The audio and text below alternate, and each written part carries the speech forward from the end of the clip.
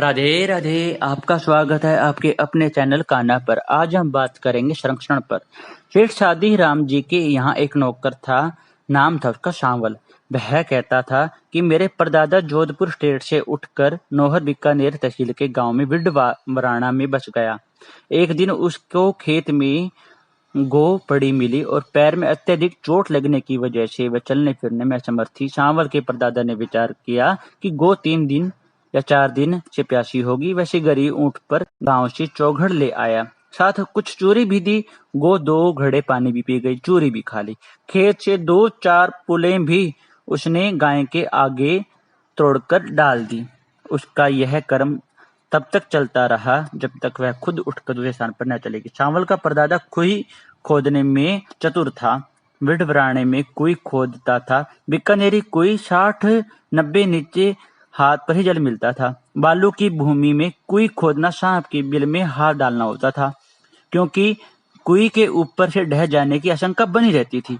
इस वक्त ऐसा ही हुआ।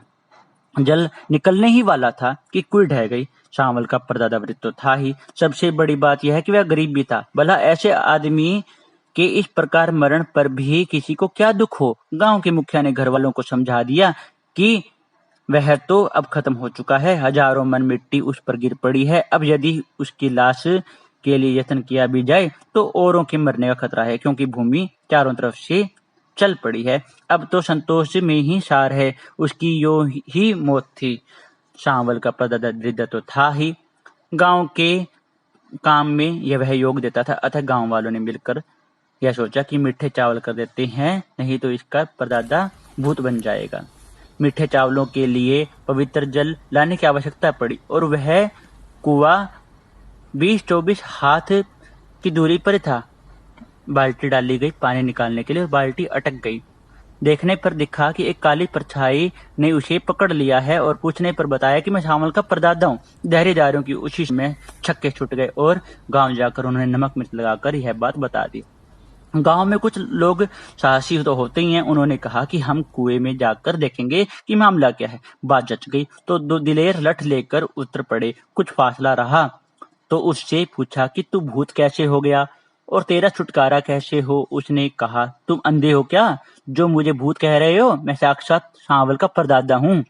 तुम मुझे पहचानते नहीं क्या? मैं भूत दिखता हूँ? बात ठीक मालूम हुई। कंबल में लपेटकर उसे कुएं से बाहर निकाला गया।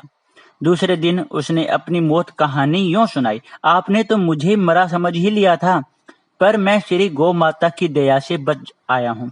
कोई ढहकर मेरे सिर से 2-3 हाथ ऊपर रुक गई थी। मैं थोथ में खड़ा था। सोचा इससे तो मर जाता तो अच्छा था। प्रारब्ध का खेल था। मैं वहीं खड़ा रहा और मुझे भूख भी लग गई थी। मैंने देखा कि वहीं एक गौ माता आई हुई हैं और उन्होंने मैंने सेवा भी की थी और उन्होंने अपना थन मेरे मुंह में डाला और मुझे भूख से तृप्त किया। और अब गौ ने एक और इशारा करते हुए मुझे संकेत दिया कि इधर की और खुदाई शुरू करो।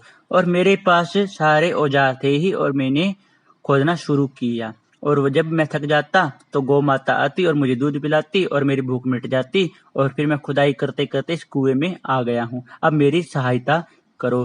रात दिन का कुछ पता न था। इस प्रकार आज गौ माता की कृपा से मैं आपके सम्मुख हूँ और यह मेरा नवजीवन है, पुनर्जन्म है। राधे राधे। आपका अपना चैनल कान्हा। राधे राधे।